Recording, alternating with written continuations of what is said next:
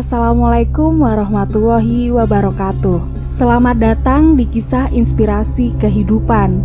Kali ini akan disajikan kisah inspiratif yang faktanya pun sudah terjadi dan semoga menjadi penguat hati Anda. 30 tahun hidup miskin. Wanita ini ternyata anak orang kaya.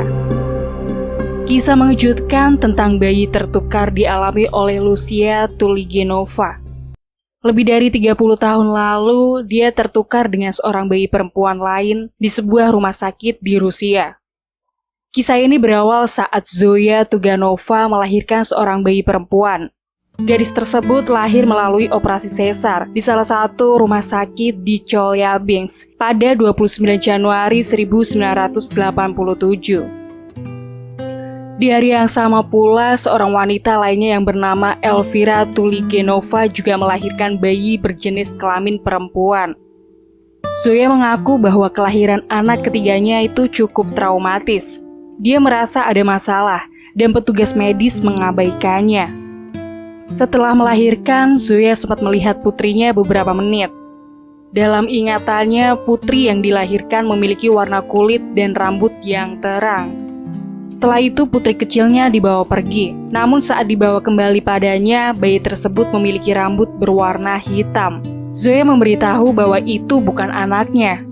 Namun dokter justru menganggapnya sakit jiwa dan berhalusinasi.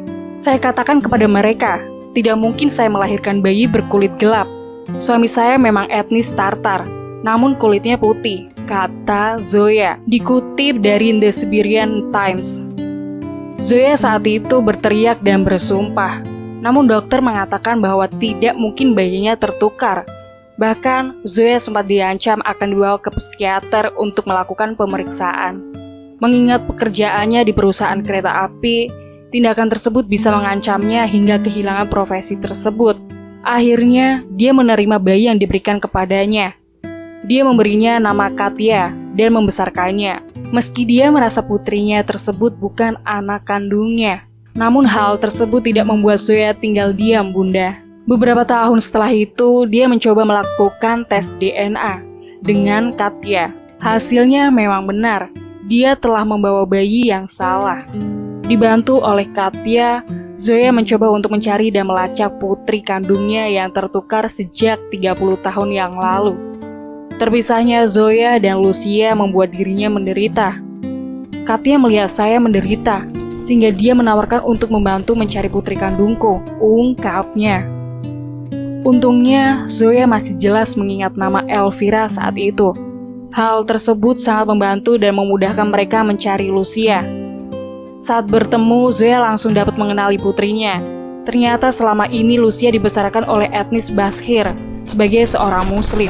Katya saya besarkan dengan kepercayaan ortodoks, sementara Lucia adalah seorang muslim dan cukup beriman, ujarnya. Selain itu, Zoya juga baru mengetahui bahwa putrinya dibesarkan oleh keluarga yang amat miskin di desa Kirzakul. Ibu yang membesarkannya, Elvira, ternyata telah meninggal dunia, sementara ayahnya berada di balik jeruji besi karena kasus pembunuhan yang dilakukannya. Kehidupan Lucia tidak bahagia. Sejak Lucia dibawa keluarga itu kembali ke rumah mereka, ayahnya curiga bahwa bayi itu bukan anak kandungnya, karena penampilannya yang berbeda dengan mereka dan keluarga lainnya. Akibatnya, dia menuduh istrinya, Elvira, telah berselingkuh darinya. Buntut dari kecurigaan tersebut, ayah Lucia membunuh seorang pria yang dicurigai sebagai orang ketiga dalam pernikahan mereka. Elvira pun menjadi frustasi. Dia sering mabuk-mabukan dan akhirnya meninggal dunia.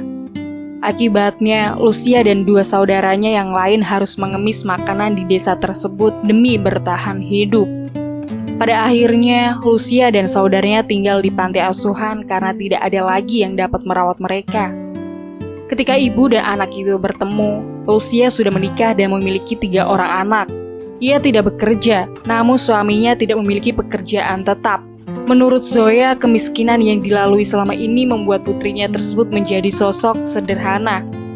Lucia tinggal di rumah berantakan dan berjuang membesarkan anak-anaknya dengan bantuan pemerintah. Kemiskinan tentu saja mengerikan. Lucia sangat pendiam dan rendah hati. ujar Zoya. Sebaliknya, dengan cinta dan bimbingan Zoya, Katya hidup dengan baik, bahkan telah dapat membaca sejak usia 2 tahun. Lucia sangat sehat saat lahir, tetapi karena dia memiliki kehidupan yang sulit, dia menjadi penderita dan tidak bisa mendapatkan pendidikan yang baik, ujar Zoya. Diakui oleh Zoya, dia melihat ada kecemburuan yang Katya tunjukkan pada Lucia. Namun Zoya menjelaskan kepada Katya bahwa dia dan suaminya tetap menyayanginya layaknya putri kandung mereka. Katya saat beruntung hidup dalam keadaan berkecukupan. Sejak kecil dia sering mengalami sakit-sakitan. Untungnya, Zoya bersama sang suami terus memastikannya dan mendapat perawatan terbaik dari dokter. Setelah pertemuan itu, Zoya berusaha untuk membangun hubungan dengan putrinya. Katya juga berusaha menjalin hubungan yang baik dengan Lucia sebagai saudara. Zoya pun menuntut kompensasi atas keteledoran rumah sakit. Sementara Katya ingin Lucia mendapatkan kompensasi itu. Ini adalah kejahatan nyata. Hingga kini aku masih mengingat nama dokter kandungan tersebut. Aku harap yang bersalah akan bertanggung jawab, kata Zoya.